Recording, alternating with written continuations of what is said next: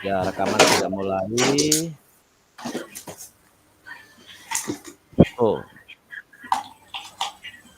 ya, assalamualaikum warahmatullahi wabarakatuh, dan selamat sore kakak-kakak semuanya. Waalaikumsalam Waalaikumsalam warahmatullahi wabarakatuh. Apakah sudah kelihatan tampilannya? Belum, Kak. Oh iya, siap-siap.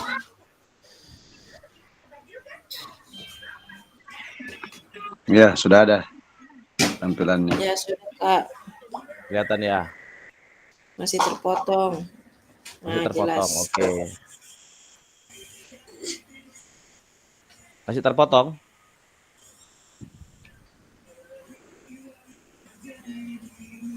Iya, masih terpotong, Kak. Siap-siap, saya perbaiki dulu. Wah, sudah ada Pak Herman, Pak Kasmudin. Pak Kasmudin mati lampu di rumahnya. Aduh. Pak Kasmudin.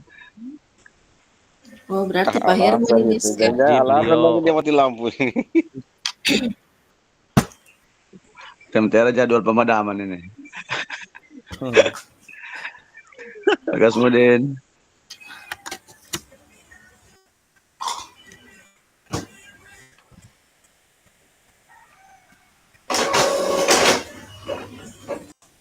masih terpotong nggak ya? Setengah ini masih sampai di ruang Oke, virtual saya- ini. Jadi kita potong. Ya, kalau seperti ini jelas. Oke.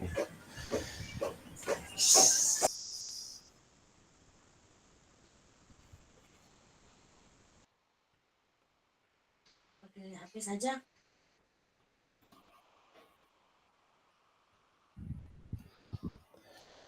Ya, salam dan bahagia kakak-kakak semua. Shalom, damai sejahtera, Om Swastiastu. Bersyukur kita sampai di modul 1.5 saat ini. Kak Renal semangat, walaupun sementara Zoom PPG juga ya Kak Renal ya, bersamaan. Iya, Sir. Iya. Ya. Kasih, Sir. Tetap semangat mengikuti dua-duanya Kak. Siap. Nanti kesuksesannya menyusul. Amin. Biasanya Mohon kalau maaf, Sir, kerja, iya. mohon maaf Biasanya kalau kalau tidak maksimal. iya. Di Zoom ini. Akhirnya terbiasa kerja dengan tekanan yang tinggi, biasanya semakin terbiasa nanti. Ya, Iya. sukses Kak. Oke, lanjut Kak. Nah, sesuai kesepakatan kita, seperti biasanya ya, menyalakan kamera untuk mengikuti kelas ini, mematikan mikrofon, hadir seutuhnya. Ini ada beberapa Kak Kasmudin mati lampu di rumahnya dan HP dan laptop sementara off. Tadi saya juga mati lama tadi di rumah saya. Dari pagi sampai agak siang tadi mati. Ya. Kak Ali jaringannya jelek. Oke, lanjut kakak-kakak. Kita menghargai waktu bersama kita. Saya harap kita setiap sesi demi sesi, waktu demi waktu, setiap kali tatap muka maupun tatap maya, tatap muka nanti ya kalau kita ketemu, dan juga sinkronus maupun asinkronus, kita selalu menghargai waktu bersama dan memaksimalkan waktu kebersamaan kita. Kita memaksimalkan fitur chat dan raise hand sebelum bertanya. Gangguan teknis itu adalah hal biasa dalam penggunaan jaringan internet. Oke, lanjut.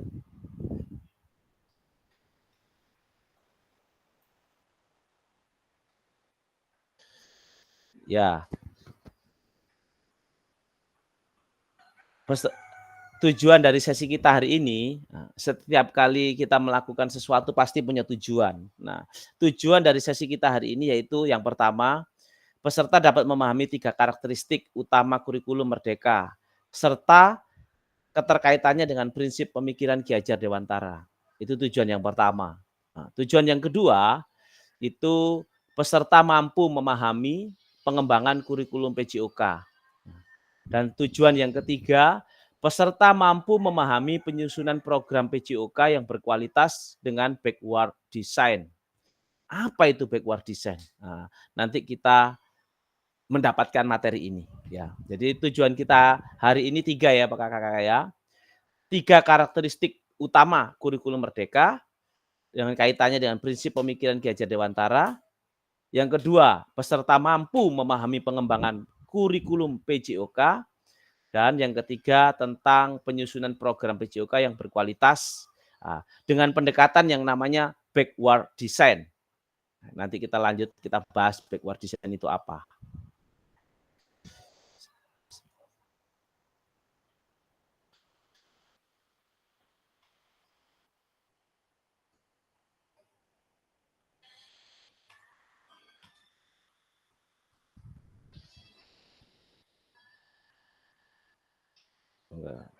Oke, agenda kita sesi ini, mohon maaf lah saya tadi agak lalot. Agenda kita sesi ini yang pertama yaitu backward design. Yang kedua, pengembangan kurikulum PJOK. Dan yang ketiga, pemikiran KHD dan kurikulum merdeka. Ini yang agenda yang kita lewati, kakak-kakak. Yang pertama, backward design. Ya, syukur Kak Rona sudah dibawakan laptop. Makasih Kak Rona untuk usahanya maksimal mengikuti kegiatan ini. Nah, lanjut kakak-kakak. Yang kedua, pengembangan kurikulum PJOK. Karena terkadang kita ini kan masih bingung dengan kurikulum PJOK dan kurikulum merdeka. Nah, kita bahas di sini ya kakak-kakak. Agenda kita sesi yang ini yang ketiga yaitu pemikiran Ki Hajar Dewantara dan kurikulum merdeka. Itu yang agenda kita akan lewati hari ini. Lanjut, next. Nah, aktivitas 1 yang yaitu backward design dalam pengembangan kurikulum PJOK. Tentunya kakak-kakak bertanya, apa itu backward design? Dulu ada pendekatan namanya scientific STEM. Sekarang ada yang terbaru namanya backward design dalam pengembangan kurikulum merdeka. Kurikulum merdeka yaitu yang kita ampu kurikulum PJOK. Apa itu backward design? Nah, menurut Bapak Ibu, kakak-kakak semua, dari seberapa, menurut kakak-kakak dari skala 1 sampai 10, kira-kira seberapa dalam pemahaman kakak-kakak tentang kurikulum PJOK? Kira-kira seberapa dalam kakak-kakak? Ya.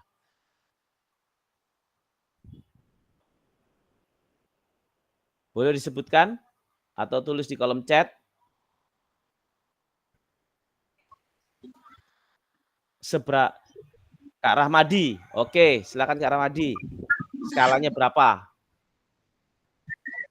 Ya, terima kasih. Kalau saya skornya bisa 8, Seradi. Pemahaman saya. PJOK 8. ya. Oke. Ya, oke. Kasih. Kira-kira Kak Rahmadi menulis 8 itu memperkirakan angka 8 apa, Kak Rahmadi? Pemahaman maksudnya apa alasannya? Alasannya pemahaman tentang kurikulumnya MPJOK. Iya, betul. Ya, ini belum masih ada yang belum jelas juga untuk kayak urutan apanya. Yang penting anak-anak selama ini cuma ada materi yang diajarkan, tapi sebenarnya masih ada yang kayaknya belum jelas untuk saya. Makanya saya kasih 8, Seradi. Oke. Dari Kak Rahmadi 8 karena masih kurang jelas. Iya, itu. Ya, betul. Oke, dari kakak-kakak lain, boleh tulis di kolom chat atau boleh langsung raise hand untuk menjawabnya. Silakan, selain Kak Rahmadi. Skala berapa kira-kira? Dari 1 sampai 10. Seberapa dalam pemahaman kakak-kakak tentang kurikulum PJOK ini? Silakan. Kak Muammar. Skalanya berapa Kak Muammar kira-kira?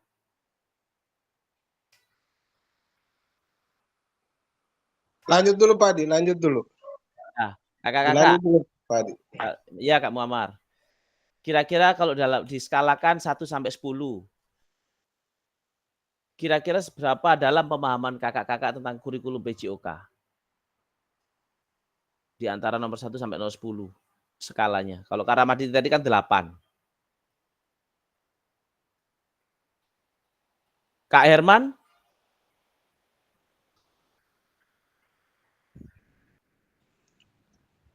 Mohon maaf Kak, belum saya pahami sekali tentang Bex apa tuh, Destigen ini. Ini Kak Herman pertanyaannya. Kalau diskalakan 1 sampai 10, kira-kira Kak Herman di posisi mana dalam pemahaman tentang kurikulum PJOK ini? Tentang kurikulum PJOK, Kak. 7 dan 8. 7 sampai 8. 8. 7, 8 sampai 8. Apa kalau boleh tahu alasannya Kak memilih 7 dan 8? Dikarenakan karena mungkin pemahaman Anda masih standar untuk memahami dari materi di olahraga. Kemudian kita sudah memaksimalkan untuk pembelajarannya, tapi mungkin dari anak-anaknya yang belum memahami secara ke dalam untuk memahami materinya. Makasih Kak. Iya. Yang lain Kakak-kakak selain Kak Ramadhan dan Kak Herman? Kak Rika.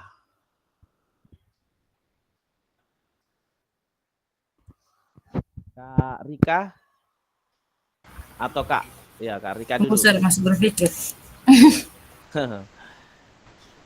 Ya, Kak Alda.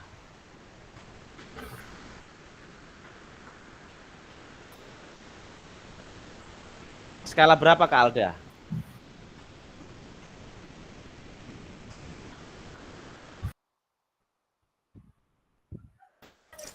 Kalau saya sih kayaknya skalanya masih 7. Karena saya belum terlalu memahami sekali itu tentang kurikulum PJOK itu. Oh 7 karena belum terlalu memahami ya. Oke. Ya, Iya, makasih Kak. Kalau Kak Teja, skala berapa Kak Teja?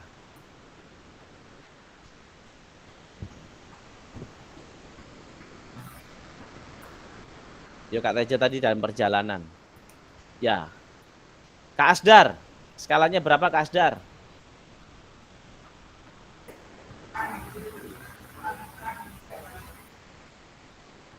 Silakan Kak Asdar.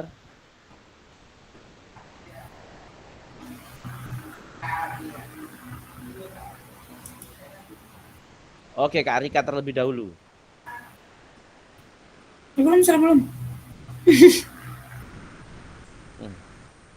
Oke, siap-siap. Kak Enal, Ya, Sir. kira-kira skalanya berapa Kak Enal pemahaman tentang kurikulum PJOK kalau 1 sampai 10? Saya masih di angka 7, Sir. Karena Angka 7. kurikulum PJOK ini biasa dia berubah-berubah, Sir. Oh, berubah-berubah ya. Iya, iya. Iya. Apanya Kak yang berubah? Kurikulum PJOK-nya atau semuanya? Ah, dua-duanya, Sir. Dua-duanya, betul-betul. Barusan kurikulum K13 belum terlalu paham ya, langsung sudah Iya, kurikulum Merdeka. langsung lagi merdeka, Sir. Heeh. Di Merdeka dan tahun ini ada tambahan CP. Ada CP terbaru ya memang ya. Tapi enggak apa-apa. Setiap kurikulum itu pasti mengalami perubahan dan perubahan mengikuti zamannya. Oke, lanjut Kak ya.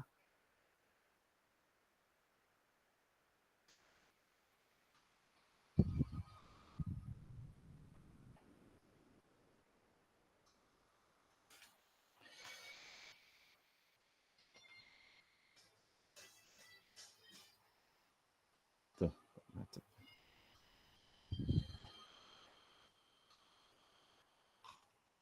Sabar Kak ya.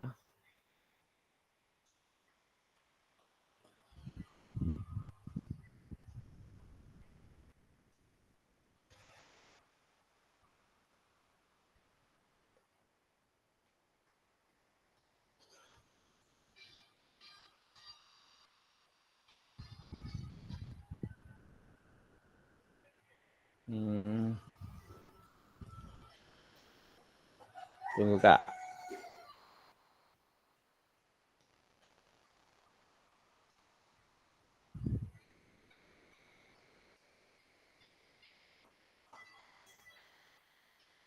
Ya sabar Kak ya, ada gangguan ini. Tiba-tiba Oke. Saya ke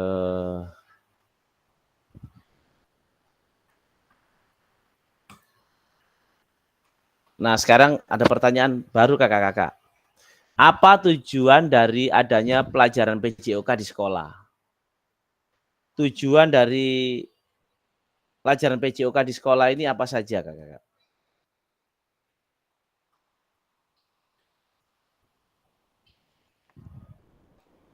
Silakan boleh di kolom chat. Ya, Kak Herman, silakan Kak Herman terlebih dahulu. Ya, makasih Kak. Kalau menurut saya tujuan untuk olahraga di PJOK di sekolah yaitu untuk memberikan kesehatan tubuh bugar kepada anak-anak, Ya, kemudian membuat anak-anak bugar ceria untuk membentuk tubuh yang untuk sehat begitu. Kemudian terutama mental, membentuk mental si anak menjadi lebih percaya diri ketika mereka berada di suatu tempat atau di lapangan untuk mengemukakan ekspresinya di muka orang banyak. Terima kasih Kak. ya, makasih. Ada kepercayaan diri ya, mengekspresikan di muka orang banyak. Oke, makasih Kak Herman. Kak Ramadi, silakan Kak. Apa tujuan dari adanya pelajaran PJOK di sekolah?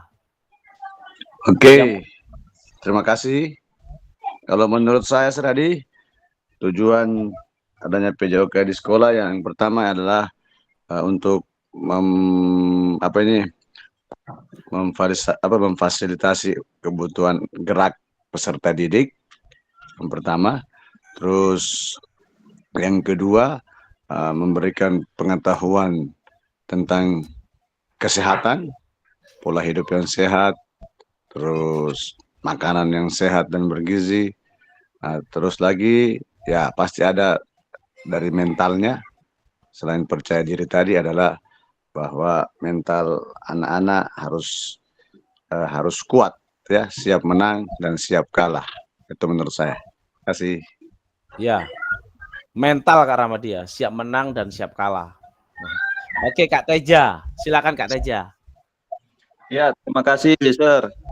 Ya, Ya, kalau menurut saya, Sir, selain dari itu semua, yang paling utama yaitu pendidikan karakter. Karena dari pendidikan PJOK ini, di situ ada pertama kejujuran. Nah, makanya yang paling utama dalam pendidikan PJOK yaitu pendidikan karakter. Karena dari situ membimbing anak-anak atau membina anak-anak bagaimana dari kedisiplinan, kemudian kejujuran, kemudian kerjasama, seperti itu. Terima kasih. ya, makasih Kak Teja. Kak Teja menekankan tentang karakter. Ya, silakan Kak Muammar. Ya, makasih Seradi. Ya, Kalau menurut saya, apa tujuan pembelajaran PJOK itu di sekolah? Apa ya? Tujuannya itu untuk melatih perkembangan motorik atau gerak peserta didik di sekolah. motorik ya Kak ya. Wah, melatih pertumbuhan gerak peserta didik di sekolah. Gerak. Dari Iya. motorik yang kasar menjadi motorik halus ya. Oke, Ya, oke. makasih, Makasih Kak Seradi. Muammar. Ya, makasih Kak. Kak Rona, silakan Kak Rona. Ya, baik, Sir. Saya cuma menambahkan sedikit. Kalau menurut saya, itu dapat meningkatkan kesehatan fisik melalui olahraga atau aktivitas fisik ya. Terus mengembangkan keterampilan juga. Ya, seperti kata kamu Amar tadi, membentuk karakter siswa, mengajarkan dengan disiplinnya siswa, sportivitas atau bertanggung jawab. Terus mendorong partisipasi dalam olahraga dan meningkatkan kesehatan mental. Mungkin seperti itu, Sir. Jawaban saya. Oke. Makasih Kak.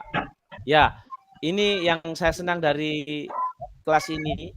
Nah, salah satunya yaitu karakteristik pembelajaran kalau pedagogik kan ilmu mendidik anak ya. Kalau andragogik itu pembelajaran orang dewasa. Jadi seperti ini kakak-kakak. Dari Kak Herman kita mendapatkan tentang kepercayaan diri. Dari Kak Ramadi kita mendapatkan tentang mental. Ya, dari Kak Muammar tadi menjelaskan tentang motorik, tentang pertumbuhan motorik. Dari Kak Teja tadi bicara tentang karakter. Ya. Dari Kak Rona, jadi juga ada tambahan.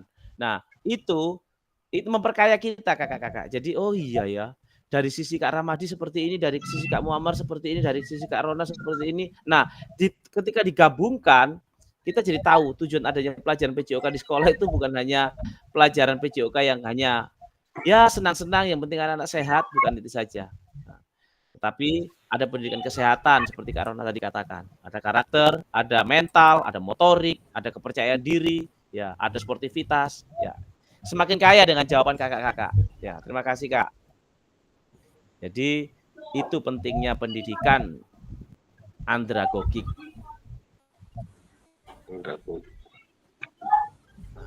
Jadi andragogik itu adalah pendidikan orang dewasa Kak ya. Next. Ya. Terpotong Kak ya? Ini. Oke. Kelihatan kakak-kakak? Kelihatan Ya, jelas? kelihatan. Oke, saya lanjut. Ya, jelas. Makasih. Menurut capaian pembelajaran PJOK Kurikulum Merdeka, yaitu tahun 2024, pendidikan jasmani, kesehatan, dan olahraga, yang biasa kita singkat PJOK, itu bertujuan sebagai pembelajaran bagi peserta didik dalam. Nah, yang pertama, yaitu mengembangkan, menerapkan, dan mengevaluasi keterampilan, konsep, strategi gerak yang akan menjadi disposisi untuk berpartisipasi dalam berbagai aktivitas jasmani dengan penuh kepercayaan diri, kompetensi, dan kreativitas. Ya, tadi yang sudah dijelaskan oleh Kak Muammar tadi, Kak Ramadi juga tentang kepercayaan diri. Nah, seperti Kak Herman katakan, ya. Terus membantu dan memberi dukungan mereka dalam memilih gaya hidup sehat dan aktif secara jasmani. Tadi yang dijelaskan oleh Kak Rona tadi tentang hidup sehat. Ya, waalaikumsalam Kak Ali. Silakan Kak, makasih sudah gabung. Yang ketiga, membangun dan menerapkan keterampilan sosial dan emosional melalui konteks pembelajaran yang menekankan nilai-nilai fair play, kerja tim, dan inklusivitas seperti yang Kak Ramadi katakan tadi itu. Mental siap kalah siap menang, emosinya dapat, ya. Kerja fair play, menghargai lawan, ada inklusivitas di situ. Inklusi itu apa? Pendidikan PJOK harus memfasilitasi dan mengakomodasi semua keberagaman peserta didik, perbedaan berdiferensiasi ya. Dan yang keempat, menanamkan apresiasi dan mengembangkan sikap positif untuk aktif secara jasmani sepanjang hayat. Jadi ada apresiasi di dalamnya, ada pujian untuk anak-anak, untuk meningkatkan keseluruhan kualitas hidup. Jadi memang di antara pelajaran kakak-kakak, yang paling penting itu sebenarnya pelajaran jasmani, PJOK. Karena apa? Di dalamnya ada semua. Ya, mari berdiskusi sesuai pertanyaan pada slide berikutnya. Silakan tulis di kolom chat atau raise hand untuk menyampaikan pendapat. Jadi kakak-kakak, di kolom selanjutnya ini ada pertanyaan yang bisa didiskusikan.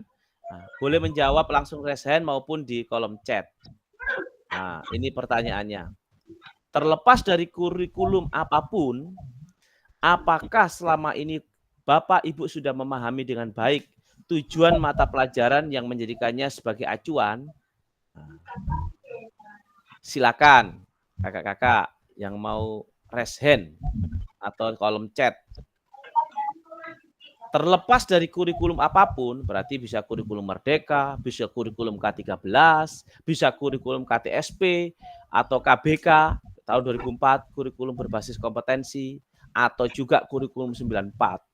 Terlepas dari kurikulumnya, apakah selama ini Bapak Ibu sudah memahami dengan baik tujuan mata pelajaran dan menjadikannya sebagai acuan? Oke. Silakan yang ingin raise hand atau tulis di kolom chat.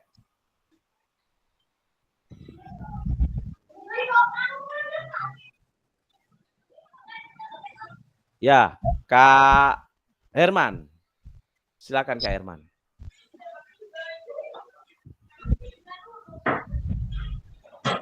Ya, makasih Oke. Kak. Ya, silakan Kak.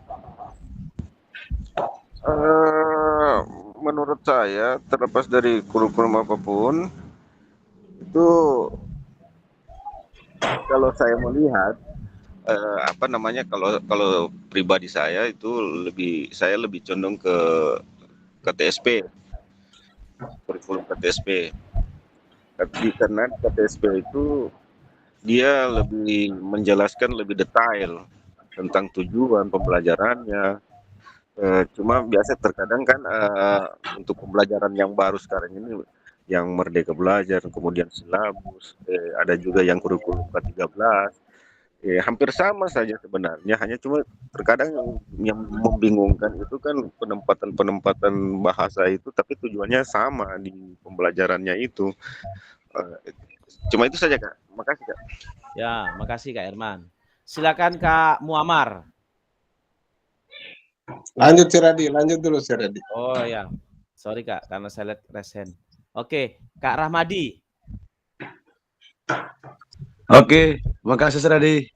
Ya, Nah, kalau menurut saya semua kurikulum, kalau menurut saya di PJOK semua apa itu acuannya karena semua pelajaran ada di Penjas mendukung pelajaran lain. Apakah itu untuk kebugarannya, untuk membantu kebugaran dalam belajar dengan pelajaran dari pagi sampai sore misalkan, atau apa di Penjas semua ada dan mendukung semua mapel lain. Itu menurut saya. Makasih. oke. Makasih Kak. Makasih Kak Rahmadi. Oke, lanjut kakak-kakak. Siapa ya yang mau memberikan pendapat? Jika malu mengangkat tangan, boleh juga menulis di kolom chat. Silakan Kak Alda.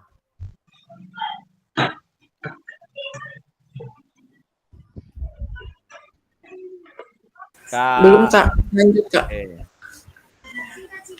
Silakan Kak Muammar. Oh Kak Teja ya. Kak Teja dulu. Silakan Kak Teja. Terima kasih Kak. Iya. Iya Kak, kalau menurut saya sebenarnya apa namanya, beda-beda tipis kalau dengan kurikulum sebelumnya antara KTSP, kemudian K13 dan kurikulum Merdeka. Nah, kalau kurikulum Merdeka, bagaimana pembelajaran PJOK ini lebih berpusat pada peserta didik agar dapat menunjukkan kemampuannya dalam mempraktikkan keterampilan gerak yang lebih spesifik, Kak. Begitu. Terima kasih, Kak. Ya, makasih Kak Teja. Kak Muammar, silakan Kak Muammar. Oke Pak Adi, kalau menurut saya Pak Adi, apakah terlepas dari kurikulum apapun, Bapak dan Ibu sudah mampu memahami dengan baik tujuan mata pelajaran dan menjadikannya sebagai acuan.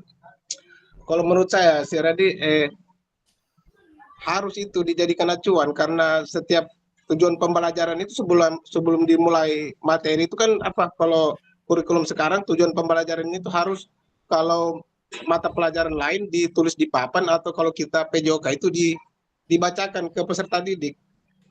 Jadi kalau menurut saya harus mampu dipahami, memang harus dipahami sebagai guru PJOK tujuan pembelajarannya itu. Makasih Sir Radi. Oke.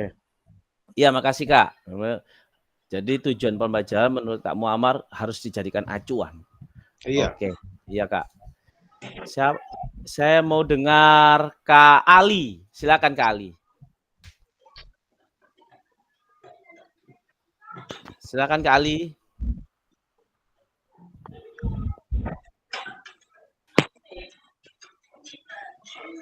Oke. Saya mau mendengar suaranya Kak Enal. Silakan Kak Enal. Ya, Sir. Silakan Kak Enal.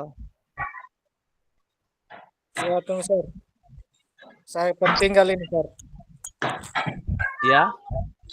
Saya tertinggal pembahasannya ini lagi lihat di laptop. Oh iya iya. Ya, ya. Nah, kurikulum apapun, apakah tujuan pembelajaran itu dijadikan acuan?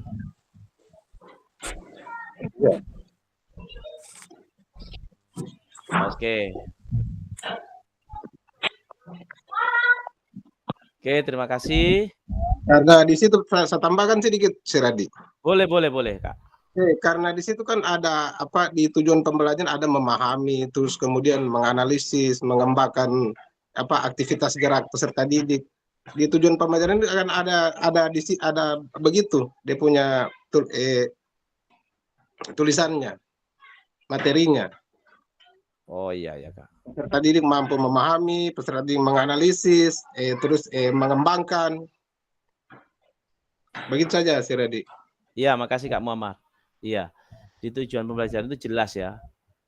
Oke, Kak Rika tadi menuliskan bahwa tujuan pembelajaran harus dijadikan acuan agar pembelajaran bisa berjalan dengan apa yang diharapkan. Ya, terima kasih Kak Rika.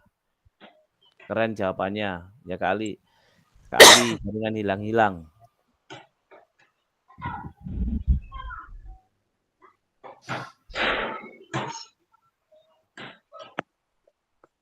Oke kakak-kakak, kita lanjut. Dalam konteks kurikulum merdeka, apakah tujuan-tujuan ini bisa dicapai? Nah, sekarang kita masuk ke, kalau tadi kan umum ya Kak ya, saya tanya tentang kurikulum apapun. Apakah tujuan pembelajaran bisa dijadikan acuan? Kurikulum apapun. Nah, sekarang kita lebih spesifik lagi bicara tentang kurikulum merdeka. Nah, dalam konteks kurikulum merdeka, apakah tujuan-tujuan ini bisa dicapai? Kalau menurut kakak-kakak bagaimana? Saya ulangi lagi, dalam konteks kurikulum merdeka, jadi kita mengerucut sekarang, so bukan bicara kurikulum umum, tapi kurikulum merdeka. Kalau dalam kurikulum merdeka, apakah tujuan-tujuan ini bisa dicapai? Ya, silakan yang ingin memberi jawab. Kak Teja, tujuan pembelajaran PJOK menurut saya cukup dipahami walaupun belum 100%. Ya.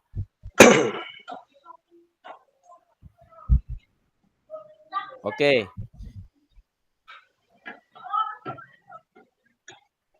Kak Rona, silakan Kak Rona.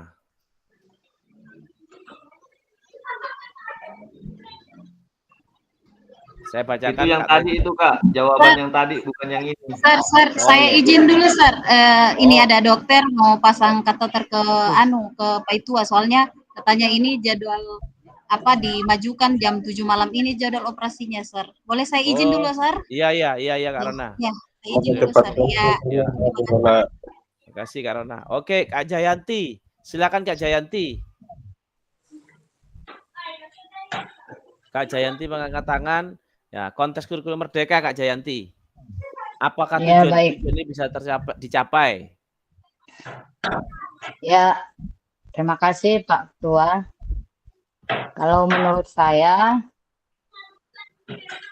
untuk bisa tercapainya itu kembali ke diri kita pribadi. Tapi boleh, kalau untuk nilai dari saya sudah 93%. Karena di kurikulum merdeka itu peserta didik itu banyak mempraktikkan keterampilan apa saja, ada juga di mata pelajaran lain. Begitu juga dengan keagamaan ada juga. Dan membentuk pola hidup sehat, terampil dalam berbagai gerak yang beraktivitas di pendidikan jasmani tersebut, semuanya bisa, semuanya ada. Jadi bagi saya bisa. Terima kasih. Terima kasih Kak Jayanti. 93% Kak Jayanti bilang tadi, Pak, itu bisa. Oke, Kak Ramadi dulu. Silakan Kak Ramadi. Oke, terima kasih. Seradi. Iya, silakan. Ya, kalau menurut saya di kurikulum Merdeka ini tujuannya sepertinya akan tercapai karena semua aktivitas berpusat kepada peserta didik, di mana peserta didik diberi kebebasan untuk memilih, terus menentukan dan melakukan diskusi dari materi yang diberikan oleh guru. Jadi anak-anak diberi kesempatan mereka untuk, yang seperti bilang kemarin, voice-nya, terus no apalagi tuh, yang 3 itu sudah deh, yang Iya. voice, apalagi Choice, choice ownership. dan iya itu saya lihat akan tercapai karena di situ poin pentingnya kurikulum Merdeka. Makasih sudah Oke. di ya. Akan tercapai karena di situ poinnya ya, Kak ya. Makasih, Iya. Kak. Kak Renal, silakan Kak Renar. Kalau saya, Sir, dalam konteks kurikulum Merdeka, apakah tujuan-tujuan ini bisa dicapai? Saya rasa itu sudah tercapai sebenarnya, Sir. Karena yang kita lakukan sekarang adalah kurikulum Merdeka, di mana lebih banyak mengikuti kemauan siswa untuk apa yang kita akan praktekkan dan apa yang akan kita ajarkan pada hari ini. Seperti itu, Sir. Ya, makasih Kak. Sama, hampir sama ya Kak Ramadi ya. Kak Herman, silakan Kak Herman. Iya, makasih Kak. Kalau menurut saya, setiap tujuan pembelajaran itu semuanya tercapai. Entah itu dari kita mengambil acuan dari kurikulum Merdeka ataupun KTSP ataupun K13. Setiap tujuan pembelajaran olahraga itu semuanya tercapai. Hanya pelaksanaan tujuan pembelajaran itu kadang kita berbeda berdasarkan keterangan dari penjelasan-penjelasan tentang kurikulum itu sendiri. Kalau saya melihat dari Merdeka, ya dia dapat tujuan pembelajarannya karena lebih memberikan keaktifan kepada siswa untuk dalam melakukan pembelajaran itu. Kalau dulu kan masih sistem komando, istilahnya guru lebih mendominasi lah tujuan pembelajarannya itu. Namun di sini tujuan pembelajaran di Merdeka Belajar, siswa yang lebih dilibatkan untuk memberikan ekspresi mereka, menuangkan setiap gerakan-gerakan mereka sesuai dengan apa yang mereka inginkan. Terima kasih Kak. Ya, makasih Kak Herman. Ya, Kak Muammar, silakan Kak Muammar. Oke, makasih Seradi. Kalau menurut saya itu apa ini ya? Dalam konteks kurikulum Merdeka, apakah tujuan itu bisa dicapai ya? Kalau menurut saya bisa sih, Radi. Alasannya karena kurikulum Merdeka ini kan guru itu merancang pembelajaran sesuai kebutuhan peserta didik. Itu alasannya. Sebelum merancang pembelajaran, guru itu membuat dulu asesmen penilaian, setelah membuat asesmen awal dulu untuk mengetahui kebutuhan perkembangan peserta didik. Maksudnya bisa Pak Di? Bisa. Kalau di kurikulum Merdeka ini, kalau menurut saya bisa. Oke. Ya. Makasih Kak. Oke, Kak Alda, ya tujuan kurikulum Merdeka dapat dicapai di mana kurikulum Merdeka bertujuan untuk membuat pembelajaran bermanfaat dan bermakna bagi peserta didik. Dan kurikulum Merdeka memudahkan kita sebagai guru dalam menerapkan kegiatan belajar. Oke, makasih Kak Alda. Dan Pak Kasmudin, terima kasih sudah bergabung Kak. Kendala mati lampu tadi. Oke kakak-kakak, memang kita masuk di kurikulum Merdeka dan hari ini kita banyak membahas memang tentang tujuan pembelajaran. Jadi ini konteksnya kita sekarang sudah masuk di kurikulum Merdeka ya.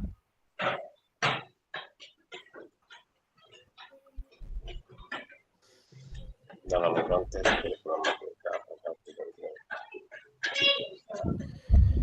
Oke. Saya kurikulum Merdeka dan kita berbicara tentang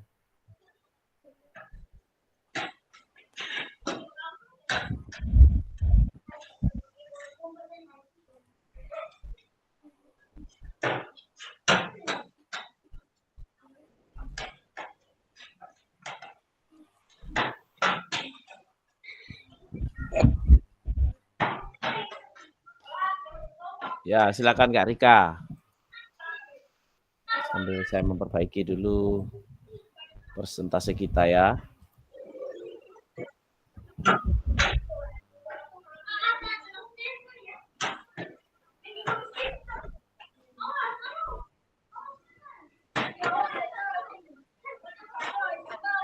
Oke kakak-kakak, saya lanjutkan persentase lagi tentang kurikulum merdeka.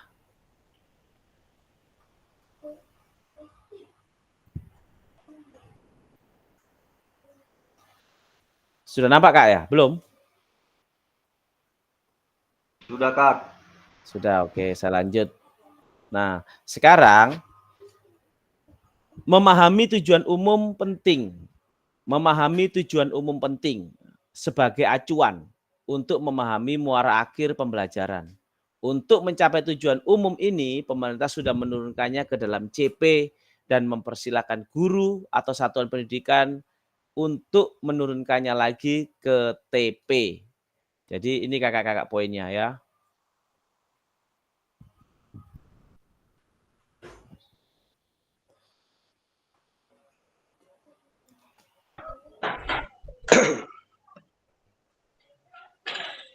Jadi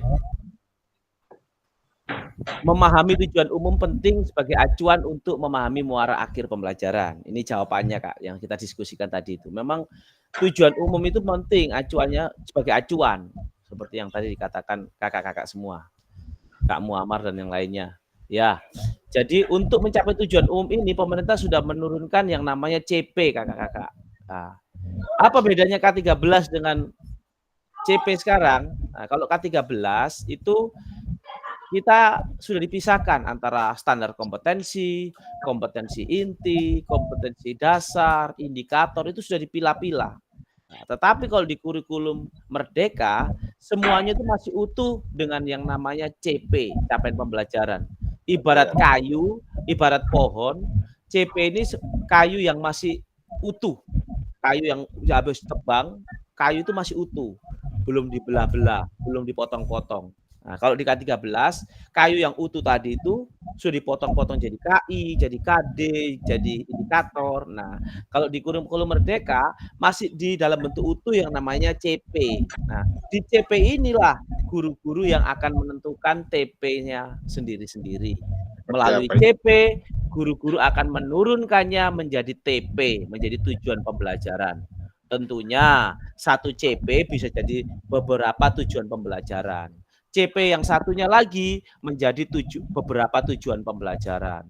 CP yang satunya lagi menjadi beberapa tujuan pembelajaran. Nah, tujuan pembelajaran yang sudah kita tentukan itulah yang akan menjadi acuan kita dalam mengajar. Jadi, tujuan pembelajaran itu berasal dari CP dan tujuan pembelajaran itu yang kita jadikan acuan. Oke, next. Bagaimana memastikan agar pembelajaran yang kita lakukan benar-benar menyasar tujuan pembelajaran? Karena sering pengajaran langsung fokus pada materi atau aktivitas apa yang harus dilakukan murid. Ya, siapa di sini yang bisa memberikan sanggahan? Bagaimana memastikan agar pengajaran yang kita lakukan benar-benar menyasar tujuan pembelajaran? Ya. Karena seringkali pengajaran langsung fokus pada materi, bukan dan aktivitas. Oke, Kak Ramadi, silakan. Oke, terima kasih. Kalau menurut saya, yang pertama-tama kita lakukan supaya tujuan pembelajaran itu bisa lancar tercapai, pembelajaran juga bisa jalan. Yang pertama kita mendiagnosa mendiagnosa apa yang anak-anak suka. Kan beda-beda anak-anak, ada yang suka ini. Kalau menurut saya didiagnosa dulu yang pertama, Seradi, sesuai bakatnya anak-anak apa yang mereka sukai. Ya, makasih. Makasih Kak Ramadi. Kak Muammar, silakan. Lanjut dulu Seradi. Oh iya ya Kak. Oke, Kak Ali. Bagaimana Kak Ali? Baik, Terima kasih banyak Pak Di atas kesempatannya. Ya, Mantap sekali. memastikan agar pengajaran yang kita lakukan benar-benar menyasar tujuan dan pembelajaran. Terlebih dahulu sebelum kita melaksanakan proses pembelajaran, kita harus menguasai dulu materi apa yang harus kita sampaikan atau berikan kepada para siswa. Karena proses individu itu bisa memperoleh pengetahuan dan keterampilan serta pemahaman melalui proses pengalaman belajar. Jadi terlebih dahulu sebelum kita melaksanakan proses pembelajaran, kita harus menguasai dulu apa saja yang harus kita berikan kepada para siswa. Sampai di situ aja dulu Pak Di. Makasih. Ya. Makasih Kak Ali. Makasih. Silakan Kak Rona.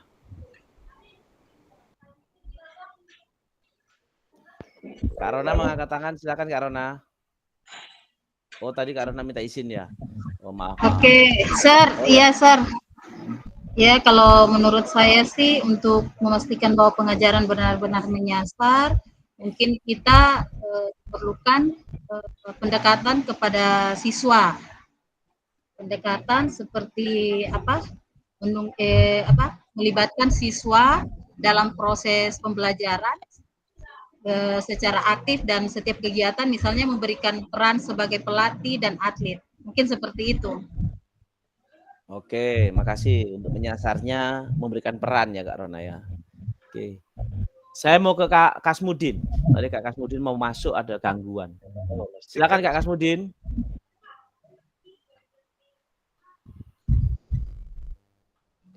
Oke Kak Kasmudin. Saya ke Kak Asdar. Silakan Kak Asdar. Oke, Pasdar. Pasdar. Pasdar. Ya, bah, kalau Pak Ramadi sudah menyebut nama saya, aduh, ya takut-takut sudah saya menjawab. Silakan Kak Asdar. Minta maaf, Sir, ada kurang sehat ini, so 5 kali keluar masuk WC ini.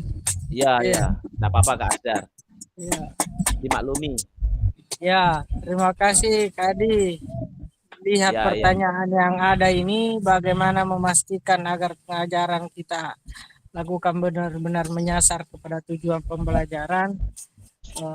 Untuk memastikan apakah kita sudah masuk ke dalam proses pembelajaran dengan memuat dari tujuan pembelajaran itu terkadang disesuaikan dengan metode pembelajaran yang kita gunakan dalam penyampaian materi tersebut. Nah untuk menyambung dari pertanyaan ini mengenai tujuan pembelajaran, kemarin saya dengan Pak Amar mungkin sudah tahu bahwa ada ada teknik pendekatan pembelajaran yang berbasis pada tujuan pembelajaran yang disebut dengan UBD, Understanding by Design, di mana dalam proses pendekatan pembelajaran itu menekankan langsung kepada tujuan pembelajaran. Jadi sebelum kita melaksanakan kegiatan atau proses pembelajaran, kita di awal sudah menyampaikan dan memberikan gambaran kepada peserta didik bahwa dalam proses pembelajaran kita hari ini misalnya sesuatu yang akan hendak kita capai adalah siswa misalnya mampu mengetahui atau mampu melaksanakan praktek guling depan atau roll depan seperti itu. Nah, kemudian sehingga dalam proses pembelajaran kita tidak langsung melakukan pemanasan kemudian langsung memberikan aba-aba kepada siswa, silakan lakukan satu persatu.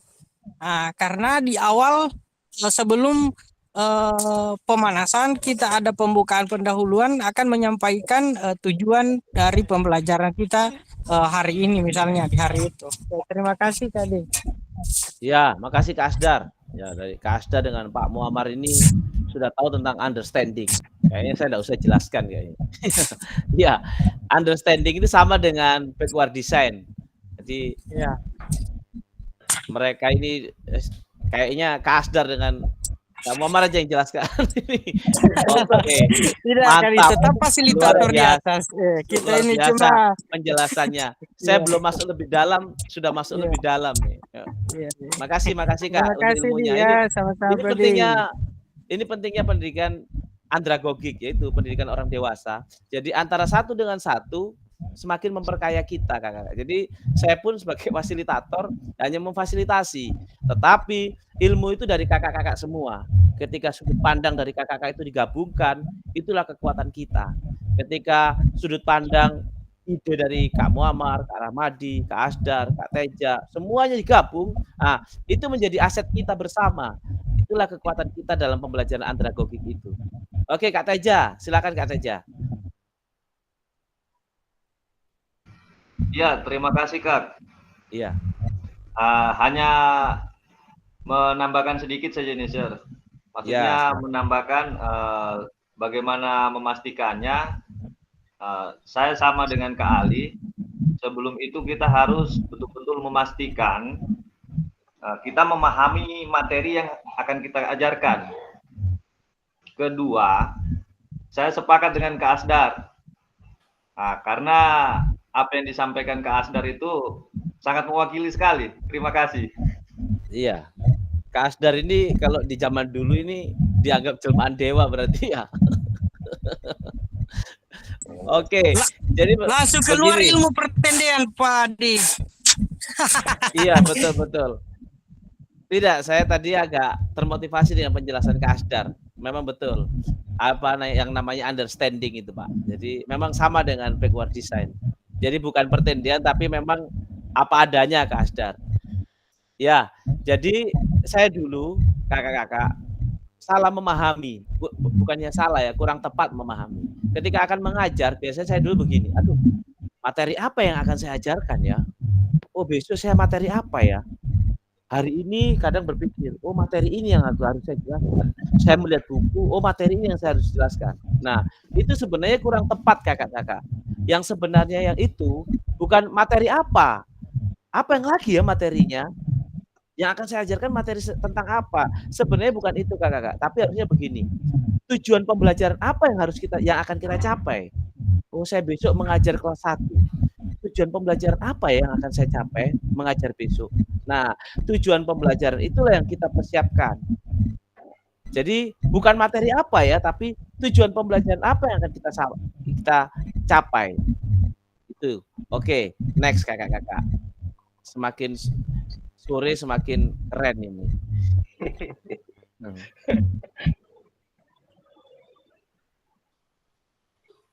Lanjut Kak ya.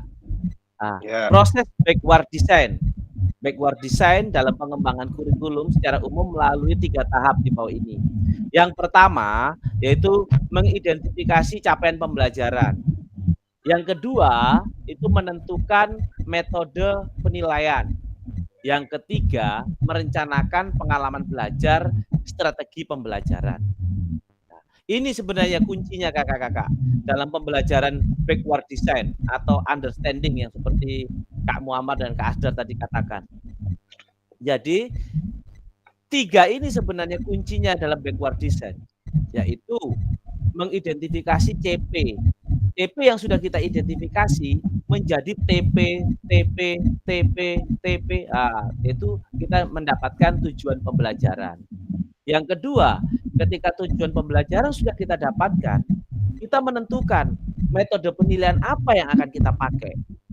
Yang ketiga, setelah metode penilaian kita sudah tentukan, merencanakan pengalaman belajar dan strategi pembelajaran.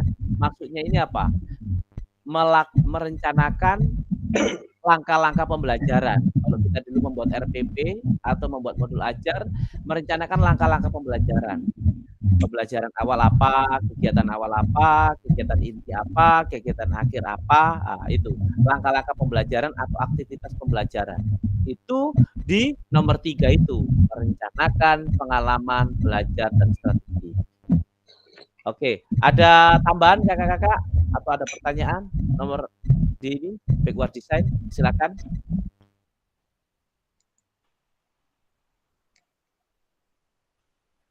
Jika ada tambahan atau masukan, oke, Kak Rahmadi silakan.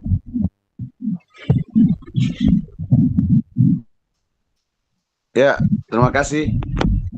Seradi. Ya. Ya, yang pengalaman belajar tadi itu yang langkah-langkah itu.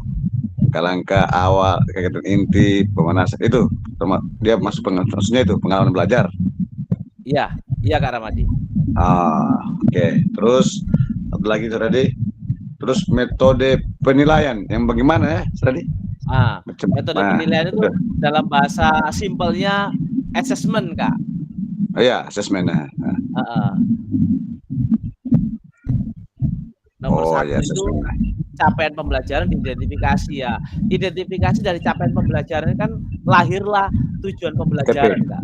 Tujuan pembelajaran. Oke, terima kasih Kak Ramadi. Oke, terima kasih. Ada tambahan kakak-kakak atau ada masukan atau pertanyaan, silakan. Menentukan metode penilaian.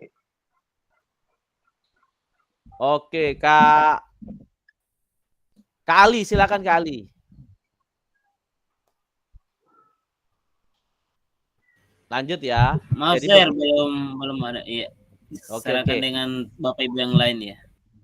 Saya berikan penjelasan secara simpel. Jadi backward design ini kakak-kakak ada 3 tahap. Yang pertama tujuan pembelajaran. Yang kedua assessment. Yang ketiga merencanakan langkah-langkah pembelajaran.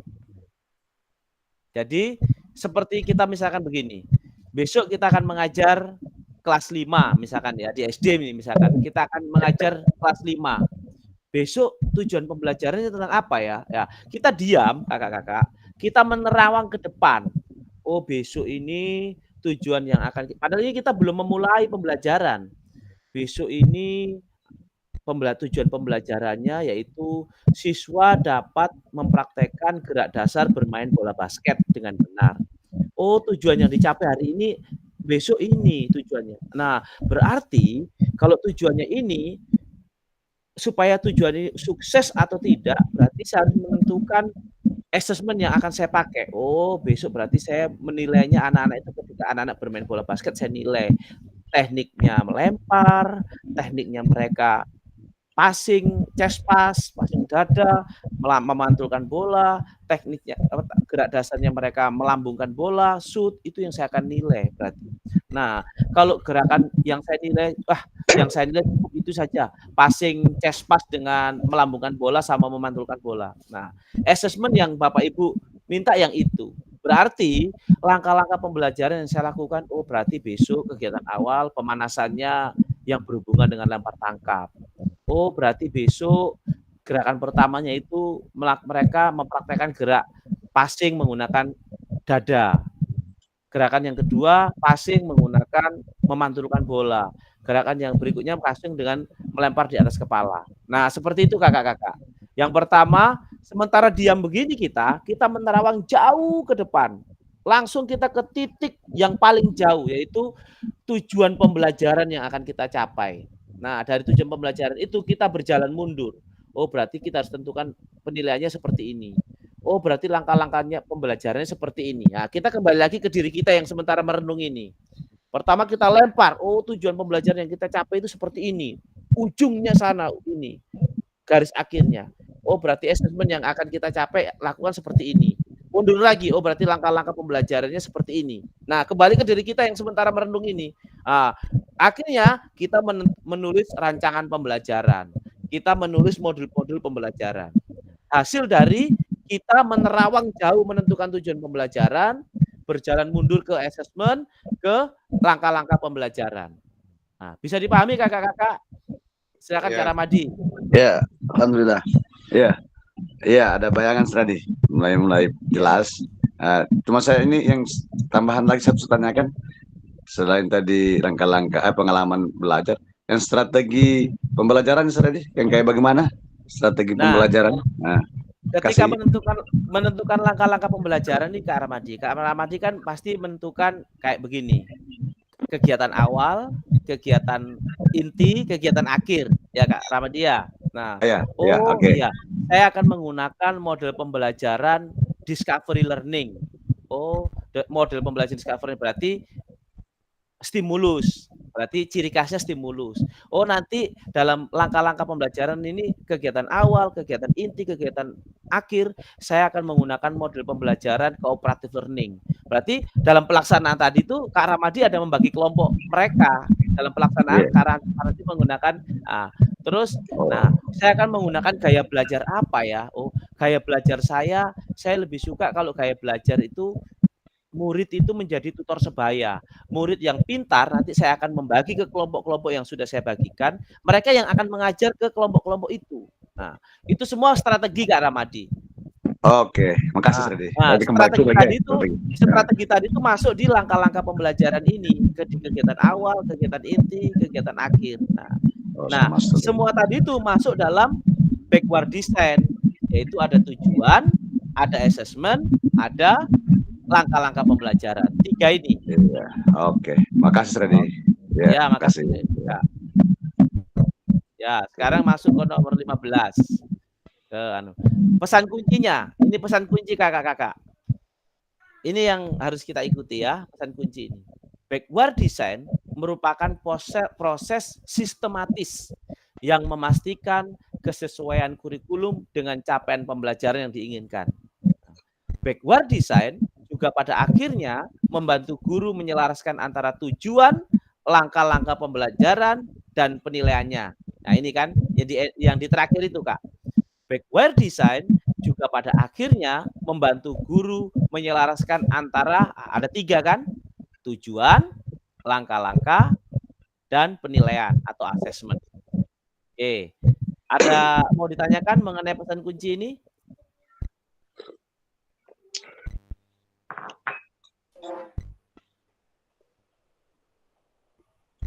Oke, tunggu sebentar Kak ya.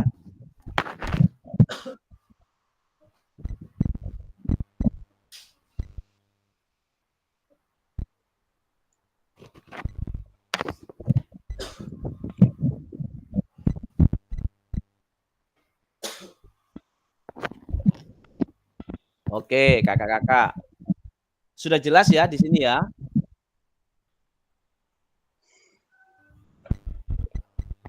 Ya, Kak Ramadi silakan. Ya, terima kasih Sredi.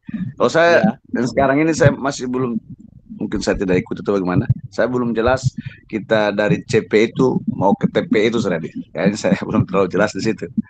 Dari CP kita cari mau ke pembelajaran. Ya, oke. Makasih. Jadi kalau ini kita bicarakan tentang backward design Kak. Jadi kalau CP itu penurunannya begini Kak. CP itu kan dalam satu fase, dalam satu CP itu ada terbagi 2 kan, dari beberapa fase A, fase B, 1C. Fase A itu misalkan di SD kelas 1 dan kelas 2. Nah, di CP tadi itu kita tentukan tujuan pembelajarannya. CP tadi itu kita belah-belah menjadi beberapa tujuan pembelajaran. CP yang satunya kita belah lagi menjadi beberapa tujuan pembelajaran. Di CP yang satunya kita belah lagi menjadi tujuan pembelajaran. Nah, tujuan pembelajaran tadi inilah yang akan kita selesaikan selama 2 tahun, yaitu di fase A, kelas 1 dan kelas 2. Nah, kalau backward design itu 3 kuncinya, tujuan, assessment, dan pembelajaran, langkah-langkah pembelajaran. Oke Kak. Kita lanjut ya. Aktivitas 2 sekarang. Di aktivitas 2 ini penyusunan program PJOK. Nah, dalam penyusunan program PJOK ada pertanyaan kakak-kakak.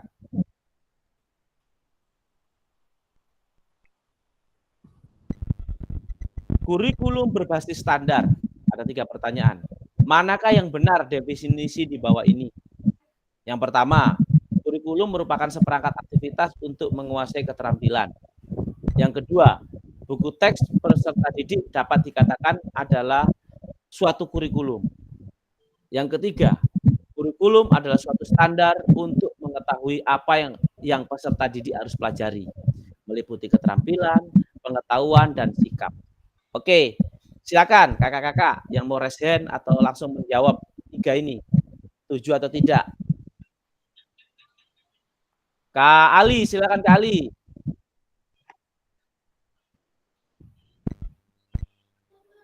Oke. Dilanjut dulu Pak Ser, dilanjut ya. Lanjut. Berikutnya Kak Jayanti. Ya, ulangi soalnya Pak Ketua. Ya. Ini ada 3 Kak. Manakah yang benar menurut Kak Jayanti yang di laptop ini, yang depan layar ini? Ada 3. Kalian Kak Jayanti baca, yang mana Kak Jayanti setuju, mana yang tidak. Silakan Kak Jayanti.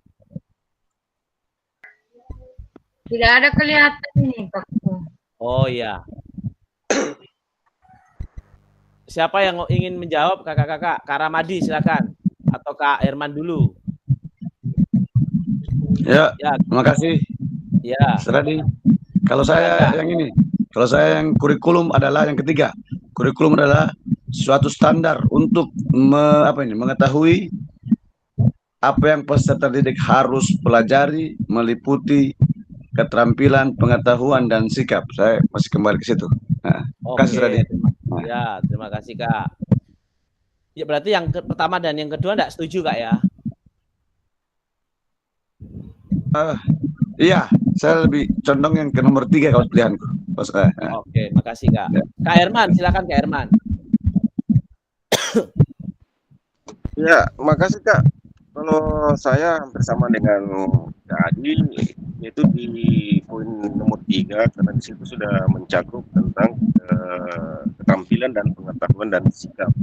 Jadi selain mempelajari olahraga mereka, di kurikulum itu juga menjelaskan tentang bagaimana melakukan keterampilan itu, ketangkasannya dalam melakukan gerakan-gerakan olahraga, kemudian pengetahuannya, kita memberikan pelajaran, penjelasan kepada mereka bahwa apa manfaatnya, apa tujuannya, sudah mencakup lah pengetahuan di poin ketiga itu.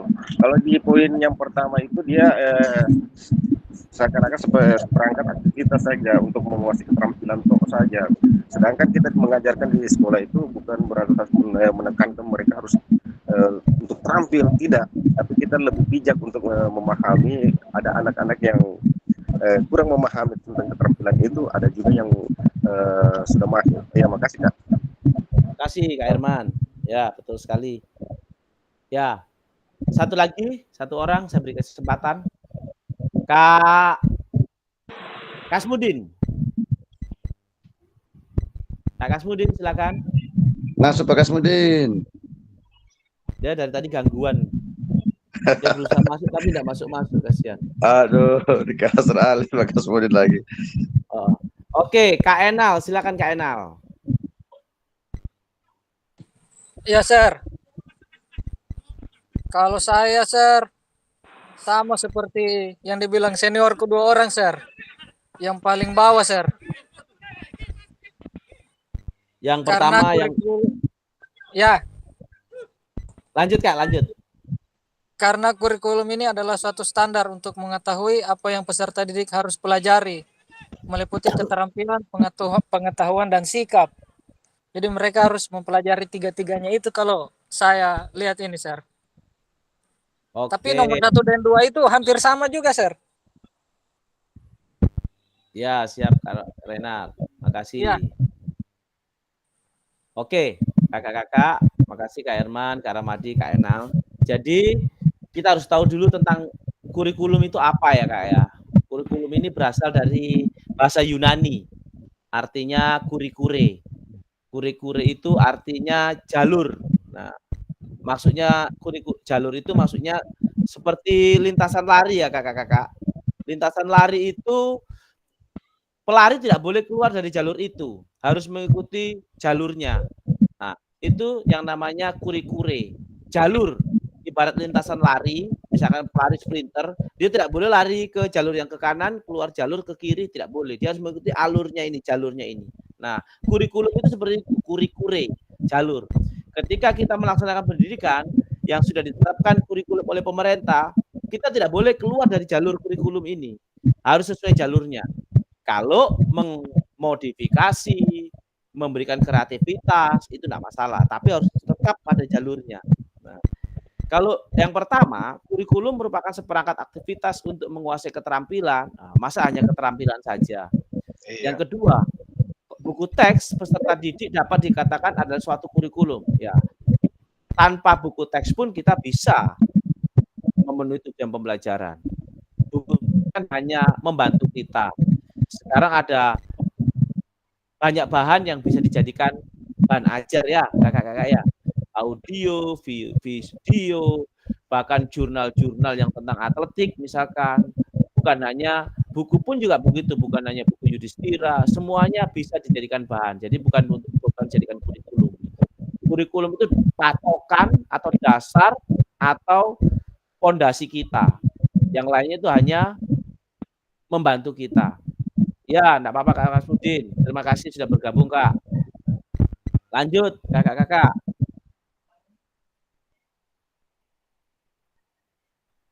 Ya.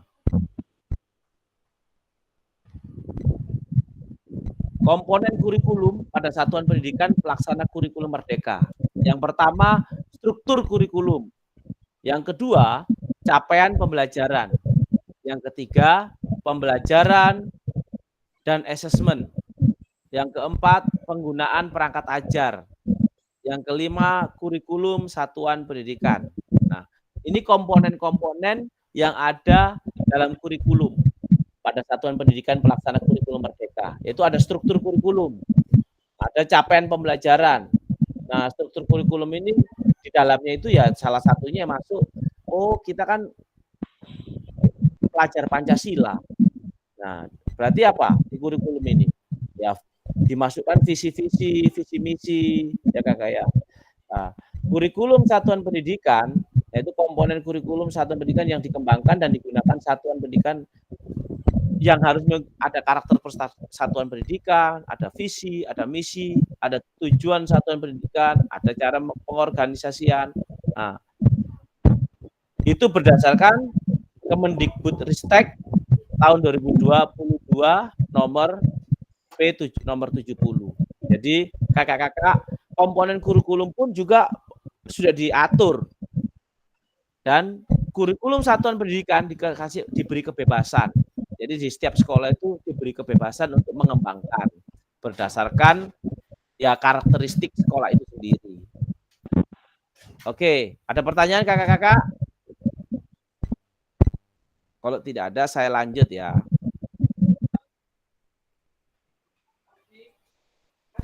Ya. Mengapa kurikulum operasional berbeda antar satuan pendidikan? Nah, siapa yang bisa menjawab kakak-kakak? Mengapa kurikulum operasional berbeda antar satuan pendidikan?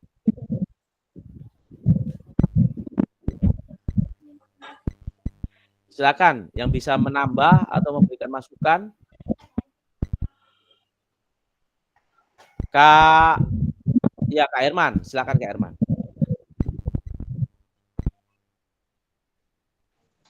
Mohon maaf Kak, yang mana ini? Yang ini. Mengapa kurikulum operasional berbeda antar satuan pendidikan? Maksudnya kan biasanya antar sekolah kan beda Kak, toh?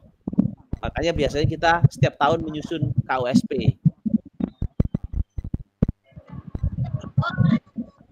Silakan Kak Rahmadi, silakan juga enggak apa-apa. Atau Kak Jayanti, silakan Kak Jayanti. Kalau menurut saya Kak, Kak menurut Muammar, saya apakah bisa di mute Kak Muammar?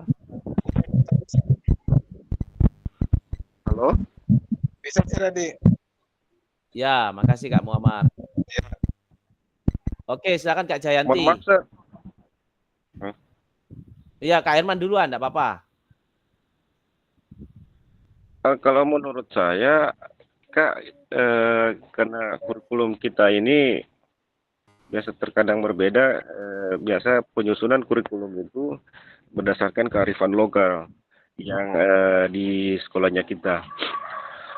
Jadi disesuaikan dengan lingkungan, dengan keadaan sekolah kita seperti apa dan di mana, kemudian mengenai kurikulum itu terkadang berbeda, biasa kurangnya juga sosialisasi tentang tahap-tahap pembelajaran seperti Merdeka Belajar, biasa terkadang kadang beda persepsi, beda pemahaman. Makasih, Kak.